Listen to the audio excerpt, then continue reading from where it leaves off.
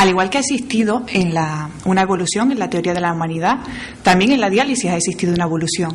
También en las técnicas hemos tratado de ir desde los inicios mejorando nuestras técnicas.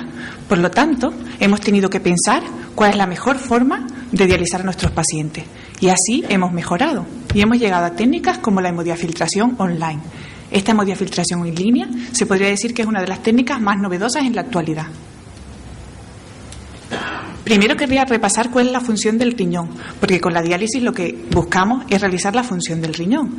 El riñón hace su función por un proceso. Primero la sangre entra en los riñones a través de las arterias del corazón. Posteriormente pasa por millones de nefronas. ¿Qué es una nefrona?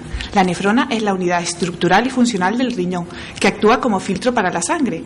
Posteriormente los desechos son filtrados por las nefronas y pasados a través de los uréteres hasta que se almacenan en la vejiga como orina. Una vez en la vejiga, la orina sale del organismo por la uretra. La sangre ahora limpia regresa al organismo por el flujo sanguíneo a través de las venas, de modo que la sangre ahora circula con la mínima cantidad de desechos. Entonces, si a nosotros se nos afecta el riñón, bien sea, por ejemplo, por diabetes, por hipertensión arterial, por toma de tóxicos o algunos fármacos, por enfermedades quísticas o por una asociación de todas ellas, podríamos llegar a una fase de insuficiencia renal crónica. Por lo tanto, necesitaríamos una técnica sustitutiva renal. Esta técnica, en nuestro caso, es la hemodiálisis. Por lo tanto, la hemodiálisis lo que intenta es realizar las funciones del riñón. Por lo tanto, elimina los desechos del cuerpo directamente desde la sangre y es un proceso mecánico que limpia de impurezas, elimina el exceso de fluidos y regula la química de la sangre. Con la química de la sangre me refiero a todos los desechos, por ejemplo, como ustedes saben, el potasio, la regulación del calcio, de fósforo, etcétera. Entonces, ¿qué avances ha habido en esta evolución de la diálisis? Pues los pasos más importantes que intentaré resumir que se han dado son el control de la ultrafiltración, la utilización del bicarbonato como líquido de diálisis, el material biocompatible y de alta permeabilidad, la introducción de la eritropoyetina, es decir, el fármaco que utilizamos para el control de la anemia, y la monitorización en línea, con la cinética de la urea, que como ustedes conocen, se realiza o se mide mediante el KTV que hacemos mensualmente. Posteriormente, y lo que hoy vamos a tratar, la hemodiafiltración. Por lo tanto, repasemos. Primero tenemos la hemodiálisis.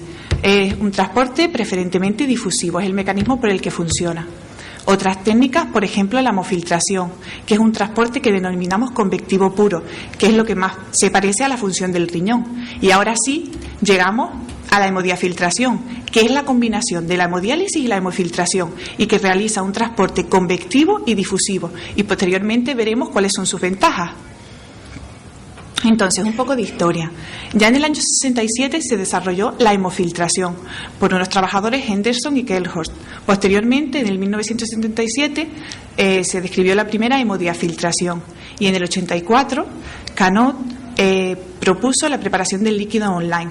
Pero no fue hasta finales de los años 90 cuando podemos hablar ya del líquido en línea a partir del baño de diálisis y de la expansión de la hemodiafiltración en línea. Por lo tanto, no solo necesitamos la máquina de diálisis, también necesitamos un acceso vascular. ¿Cuáles son los tipos de acceso vascular? Pues el catéter temporal o el permanente, también se puede requerir un injerto o bien la fístula arteriovenosa. Algunos datos. Aquí trato de representar pues los pacientes que se encuentran ahora mismo con esta técnica novedosa de diálisis. Son las técnicas de hemodiafiltración y hemofiltración. Vemos en Europa, al final de la tabla, como un 9% de los pacientes que se encuentran en diálisis están con estas técnicas. Pero otros países, por ejemplo en África o en Oriente Medio, por ejemplo por falta de recursos, porque es una técnica muy costosa, pues podemos decir que casi un 0% se encuentra en esta técnica. Casi no hay pacientes con esta técnica.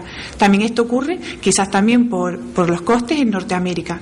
De modo que, aunque es una técnica novedosa, aún todavía solo hay un 4% en global de pacientes con esta técnica. En la gráfica inferior vemos cómo aumentan estas técnicas de hemodiafiltración y que aumentan también las técnicas en línea, disminuyendo la hemodiafiltración convencional. En el 2008, en total en Europa, 27.000 pacientes aproximadamente se encontraban con esta técnica y la hemodiafiltración en línea, 22.700 aproximadamente. Entonces nos preguntaríamos, ¿qué ocurre en España? Pues en España, en relación a Europa, vemos que va a la cola, es la que está en la parte inferior, solo un 5% se encuentra con esta técnica. De modo que en el 2008 podríamos decir que unos 800 pacientes se encontraban en técnicas de hemodiafiltración en línea y 318 en convencional. Y se preguntarán qué ocurre en Córdoba. Bueno, pues en Córdoba, en junio del 2009, actualmente, podemos decir que hay 83 pacientes con hemodiafiltración en línea. De modo que el 20% de los pacientes cordobeses que están en diálisis, de los 450 aproximadamente, se encuentran con